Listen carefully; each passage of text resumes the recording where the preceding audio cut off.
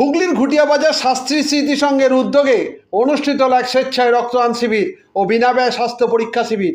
উপস্থিত ছিলেন 11 নম্বর ওয়ার্ডের কাউন্সিলর মৌসুমী বসু চ্যাটার্জি, সমাজসেবী দেবব্রত বিশ্বাস, ক্লাব সভাপতি সম্পাদক সহ অন্যান্যরা।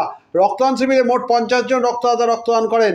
শতাধিক মানুষকে বিনা ব্যয়ে স্বাস্থ্য পরীক্ষা করা হয়। পরে এই অনুষ্ঠান সম্পর্কে জানান সমাজসেবী দেবব্রত বিশ্বাস। চুঁচুড়া থেকে প্রবীর ঘোষালের রিপোর্ট।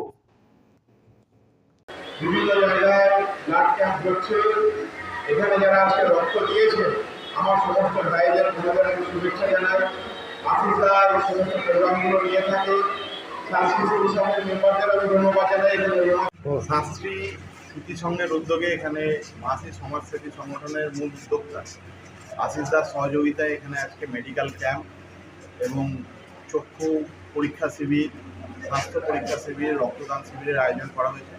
খুব ভালো উদ্যোগ নিয়েছে শাস্ত্রী স্মৃতি সংঘ ছেলেরা এবং আশিসদারা সবাই মিলে যৌথ প্রয়াসে এখানে আসতে পেরে নিজেকে খুব ভালো লাগছে।